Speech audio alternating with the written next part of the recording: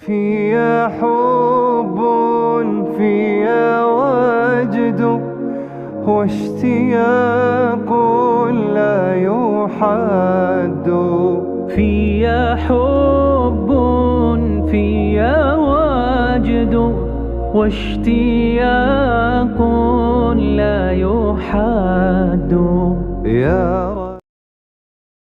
മനുഷ്യന് അറിവ് സമ്പാദിക്കാനുള്ള മാധ്യമങ്ങളായി ദൈവം പഠിപ്പിച്ചിട്ടുള്ള ഉപാധികളാണ് പഞ്ചേന്ദ്രിയങ്ങൾ എന്ന് പറയുന്നത്. പഞ്ചേന്ദ്രിയങ്ങളെക്കുറിച്ച് നമുക്കറിയാം. മനുഷ്യർ അറിവുകൾ സമ്പാദിക്കുന്നത് കണ്ടുകൊണ്ടും കേട്ടുകൊണ്ടും മണത്തുകൊണ്ടും രുചിച്ചുകൊണ്ടും തൊട്ട് മനസ്സിലാക്കിയിട്ടുമൊക്കെയാണ് മനുഷ്യർ അറിവുകൾ സമ്പാദിക്കുന്നത്.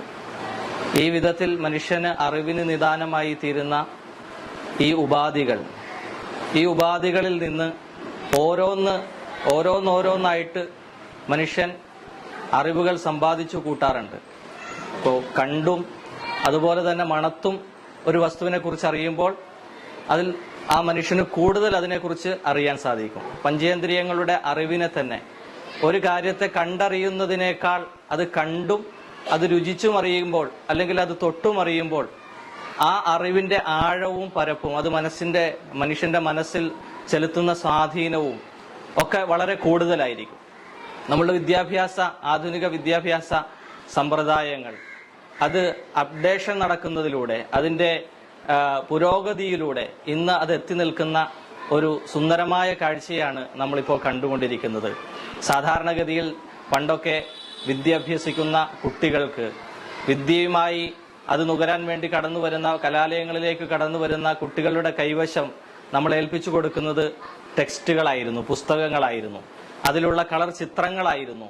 പക്ഷേ ഇന്ന് വിദ്യാഭ്യാസ സംവിധാനങ്ങൾ അത് വികാസം പ്രാപിച്ചപ്പോൾ ആ കുരുന്നുകളുടെ കൈകളിലേക്ക് അവരുടെ കൈവശം കൊടുക്കുന്ന ടെക്സ്റ്റിന്റെ ഉള്ളിലുള്ള ആ സചിത്രമായ ചിത്രങ്ങൾ അത് അവരുടെ കൈകളിൽ ഓരോന്നും അത് എക്യുപ്മെന്റ്സ് ആയി, ഉപകരണങ്ങളായി അത് കൈകളിലേക്ക് വരികയാണ്. അതിനെ തിരിച്ചും മറിച്ചും അതിനെ തൊട്ടുനോക്കിയും അതിനെ അടുത്തറിഞ്ഞും കുട്ടികൾക്ക് കൂടുതലായി വിദ്യാഭ്യാസ മേഖലയിലേക്ക് ചുവടുവെക്കാൻ, അതിൻ്റെ ഉന്നതമായ ശ്രേണികളിലേക്ക് എത്തിച്ചേരാനുള്ള അവസരങ്ങളുടെ ഭാഗമായിട്ടാണ് ഇത്തരത്തിലുള്ള ലാബുകൾ, വിദ്യാഭ്യാസത്തിന് കുട്ടികൾക്ക് ഏറ്റവും പ്രയോജനമായി തീരുന്ന ഇത്തരത്തിലുള്ള ലാബുകൾ സജ്ജീകരിക്കപ്പെടുന്നത്. അതിന്റെ ഭാഗമായിട്ട് അലിമിയാൻ പബ്ലിക് സ്കൂളും നിങ്ങളുടെ മുന്നിലേക്ക് സമർപ്പിക്കുന്നത് കുട്ടികളുടെ ആകാംക്ഷ നിറഞ്ഞ ആ പ്രായത്തിൽ അവർ പുസ്തകങ്ങളിൽ മാത്രം കണ്ട് പരിചിതമായ ആ ഉപകരണങ്ങൾ ഓരോന്നും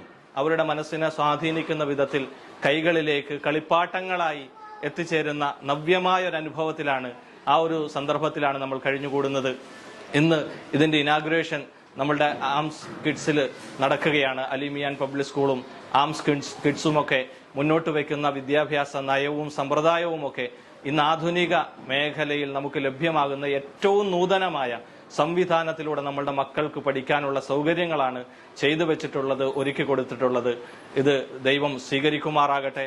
ഇതിനെ നമ്മളുടെ മക്കളെ ഏറ്റവും ഉന്നതമായ നിലയിൽ ഈ ലോകത്തും നാളെ മരണശേഷമുള്ള ലോകത്തുമൊക്കെ വിജയിക്കുന്നവരാക്കി തീർക്കാനുള്ള ഉപാധികളായി നാഥൻ സ്വീകരിക്കുമാറാകട്ടെ എന്ന് പ്രാർത്ഥിക്കുകയാണ്.